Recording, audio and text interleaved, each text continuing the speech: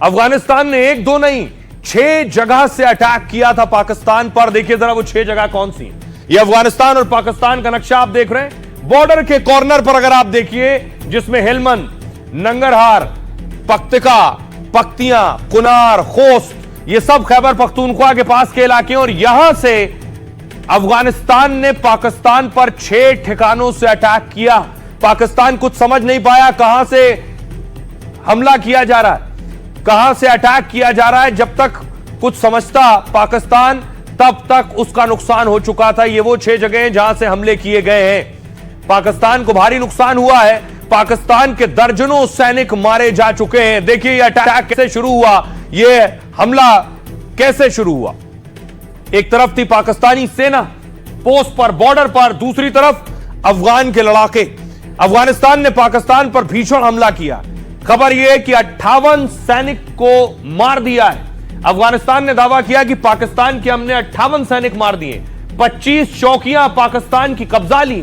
इस्लामाबाद से खैबर पख्तूनख्वा तक हाहाकार मच गया है। उसने सोचा नहीं था कि एयर स्ट्राइक की इतनी बड़ी कीमत चुकानी पड़ेगी पाकिस्तान को।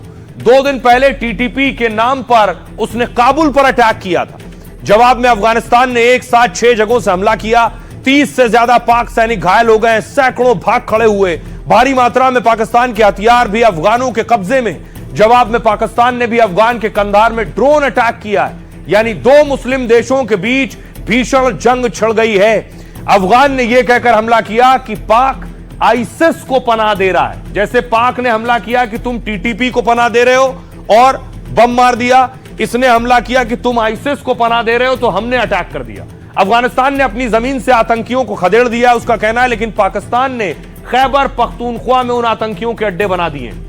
आतंकियों को ट्रेनिंग के लिए कराची, इस्लामाबाद से लोग ट्रेनिंग देने आते हैं। पाकिस्तान को आईसिस के जिन लड़ाकों को घर से निकालना चाहिए, अफगानिस्तान कह रहा है उनका इस्तेमाल वो हमारे खिलाफ हमले के लिए कर रहा है। आईसिस अफगानिस्तान और दुनिया के देशों के लिए खतरा है। अफगानिस्तान ने इसे ट्रेलर बताते हुए पाक को धमकी दे दी है कि अपनी जमीन पर हमला और हवाई क्षेत्र का उल्लंघन हम हरगिज बर्दाश्त नहीं करेंगे।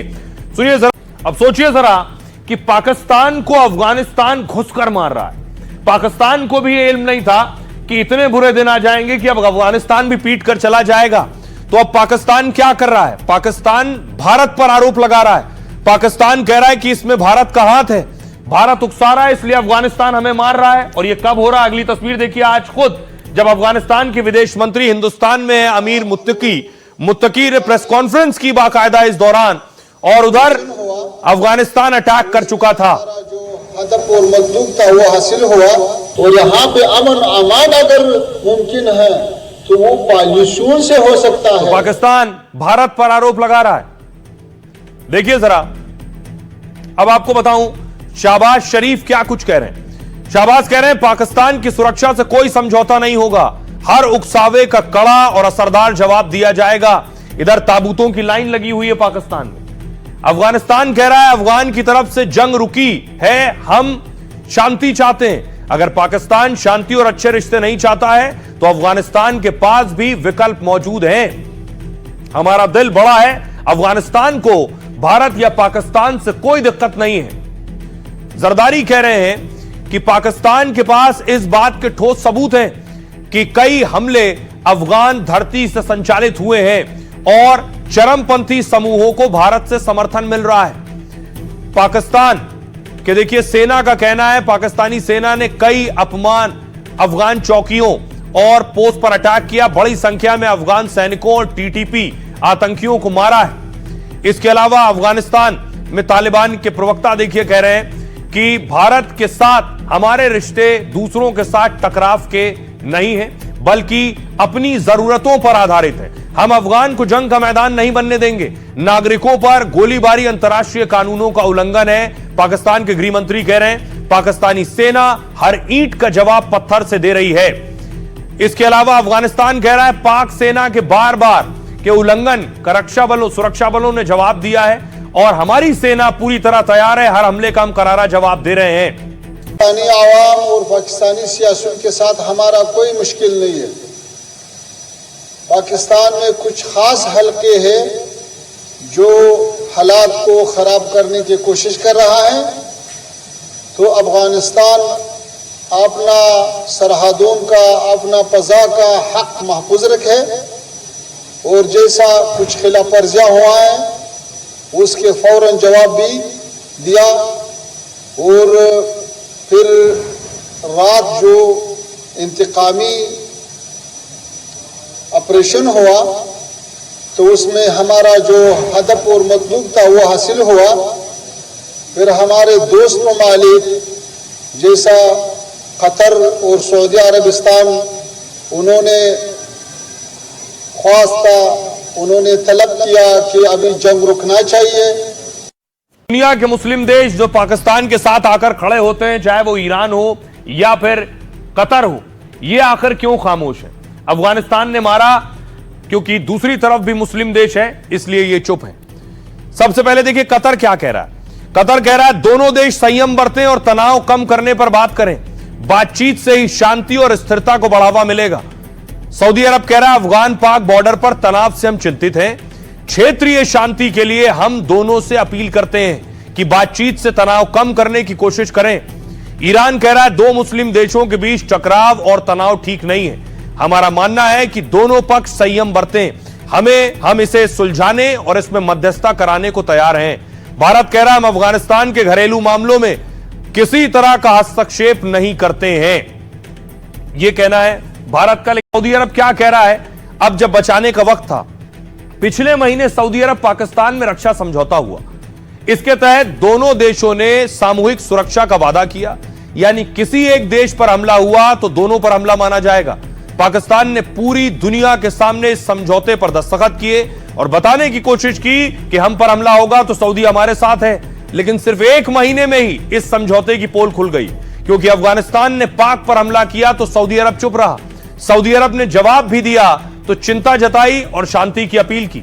सऊदी अरब ने तालिबानी हमले का खुलकर विरोध भी नहीं किया, यानी साफ तौर पर सऊदी अरब पाकिस्तान तालिबान के बीच में नहीं आया है, जबकि समझौते के तहत सऊदी अरब को पाक के साथ खड़ा होना चाहिए था, अफगानिस्तान से लड़ने के लिए सेना भेजने की तैयारी करनी चाहिए थी। हालांकि सऊदी ने शांति की बात करके आम देशों की तरह ही बयान दिया है।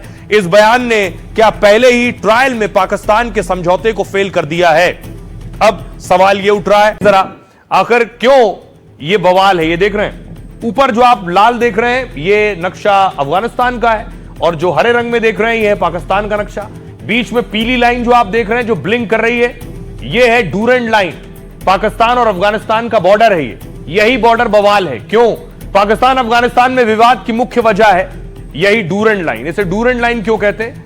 दरअसल ये 2430 किलोमीटर लंबी पाकिस्तान अफगान सीमा है। डूरेंट लाइन बलूचिस्तान, खैबर पख्तूनख्वा और कुछ कबायली इलाकों से गुजरती है। इसने अफगानिस्तान में रहने वाले पश्तूनों को दो देशों में बांट दिया है, यानी कुछ पश्तून बॉर्डर पर इधर रहते हैं, कुछ इधर रहते हैं। बीच में लाइन आ गई तो पश्तून बट गए दोनों देशों में, इसलिए अफगानी सरकार इसे बॉर्डर नहीं मानती है, काल्पनिक रेखा कहती है। दरअसल 1989 में सर हेनरी डूरेंट ने अफगान शासक के साथ एक रेखा का समझौता किया, यानी बॉर्डर का। उन्हीं के नाम पर इसे डूरेंट रेखा कहा गया जो ब्रिटिश इंडिया अफगानिस्तान में तय हुई थी। कहा यह जाता है कि सर डूरेंट ने क्या किया, एक मैप उठाया, अफगानिस्तान और पाकिस्तान तब बंटवारा नहीं हुआ था, मैप उठाया और पेन से, कलम से उस पर रेखा खींच दी है। यही है वो पीली रेखा जो अफगानिस्तान और पाकिस्तान का बॉर्डर बन गई। लेकिन इसने अफगानी पश्तूनों के गांव, मकान, जमीन दो देशों में बांट दिए। सीमा तय होते ही विरोध शुरू हुआ। तालिबानी सत्ता में आए तो उन्होंने कड़ा रुख अपनाया इस पर। तालिबानी सरकार बनने के बाद से सीमा पर दोनों तरफ से लगातार गोलीबारी हो रही है। फिलहाल अब इस मुद्दे को लेकर दोनों देशों में युद्ध के हालात बन गए हैं।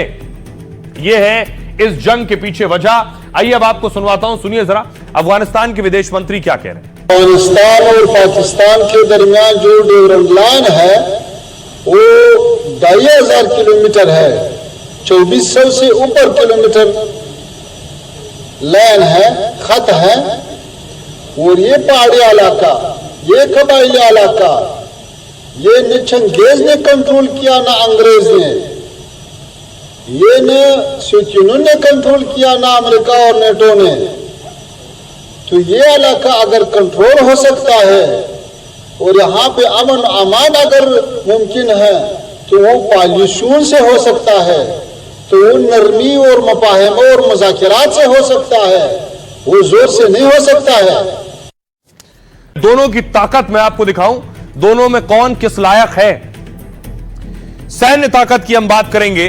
सैन्य ताकत में देखिए, सैनिक में पाकिस्तान सैन्य ताकत में 12वें नंबर पर है और अफगानिस्तान 118वें नंबर पर है। सैनिकों की बात करें, जब सैनिकों की एंट्री होगी तो 13 लाख सैनिक पाकिस्तान के पास हैं, अफगानिस्तान के पास 2 लाख सैनिकों की ताकत है।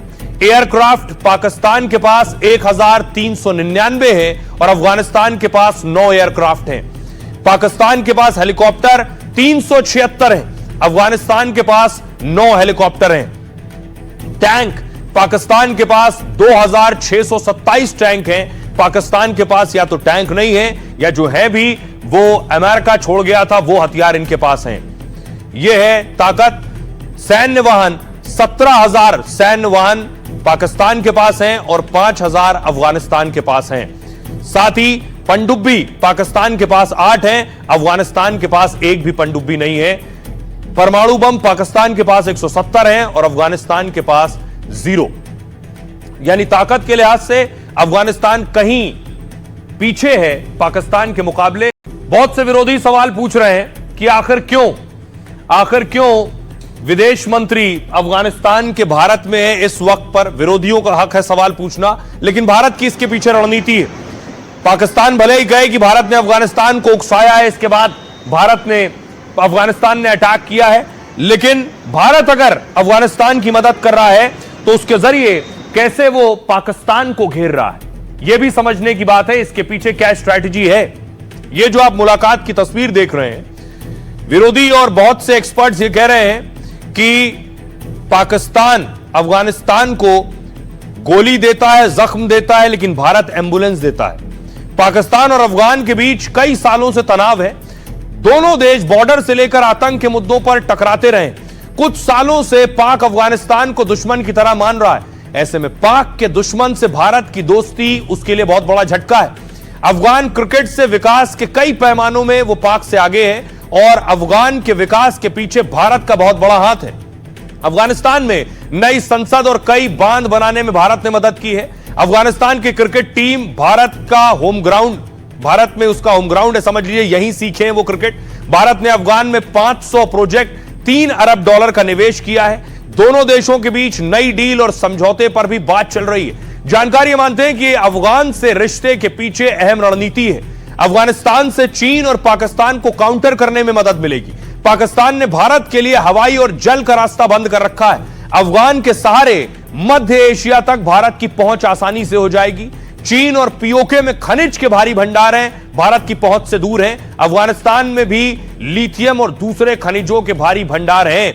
डील से अफगानिस्तान के खनिज का भारत इस्तेमाल कर सकता है भविष्य में। यानी अफगान से दोस्ती बढ़ेगी तो पाकिस्तान की घेराबंदी आसान होगी। और यही वजह है कि पाकिस्तान इस बात को लेकर बहुत टेंशन में है, परेशान है इन तस्वीरों को देखकर। सुनिए जरा डिफेंस एक्सपर्ट्स क्या कह रहे हैं।